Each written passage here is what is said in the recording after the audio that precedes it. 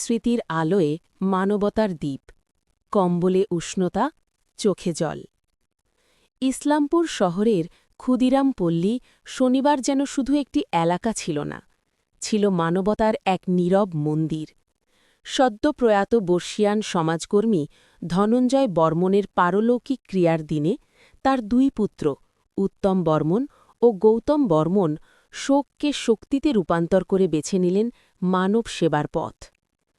পিতার স্মৃতির প্রতি শ্রদ্ধা জানাতে তারা হাতে তুলে নিলেন উষ্ণতার দ্বীপ, শীতের কম্বল। ইসলামপুর শহর ও সংলগ্ন এলাকার শতাধিক শীতার্ত ও অভাবী মানুষের হাতে হাতে পৌঁছে গেল সেই উষ্ণতার পরশ, যাদের জীবনে শীত শুধু ঋতু নয়, প্রতিদিনের যন্ত্রণা। তাদের কাছেই পৌঁছল সহমর্মিতার স্পর্শ। সমাজসেবী পিতার আদর্শকে হৃদয়ে ধারণ করেই যেন সেই পথেই এগিয়ে চললেন দুই পুত্র ও তাদের পরিবারের সদস্যরা। শোকের অশ্রুকে রূপ দিলেন মানবতার অঞ্জলিতে।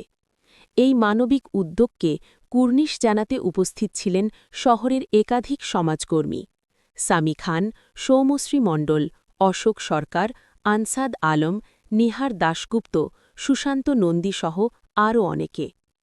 শোকের দিনে জন্ম নিল এক অনন্য মানবিক উৎসব, যেখানে কম্বল শুধু বস্ত্র নয়, ছিল ভালোবাসা, স্মৃতি আর মানবতার নীরব প্রতিশ্রুতি।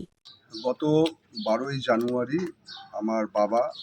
আমাদের বাবা ধনঞ্জয় বর্মন, তিনি একজন সমাজসেবী ছিলেন এবং শিক্ষক ছিলেন। তিনি গত 12ই জানুয়ারি প্রয়াত হয়েছেন।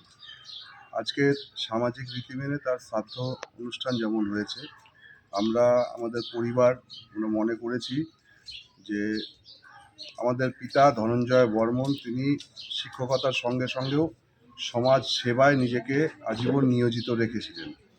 তার দেখানো পথে, তার আদর্শকে পাথেয় করে আমরা মনে করেছি তার প্রয়াণের পরেও আমরা সেই আদর্শের সেই রাস্তাতেই আমরা হাঁটতে চাই, সেই পথেই আমরা চলতে চাই।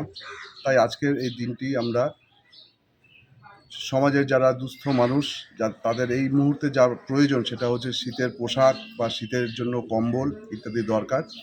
আমরা 100 পরিবারকে এই কম্বল দিয়ে এই শীতের সময় তাদের পাশে থাকতে চেয়েছি এবং বাবার দেখানো যে পথ, সেই পথে চলবার জন্য আমরা চেষ্টা করছি। সেই জন্যই আজকের এই উদ্যোগ।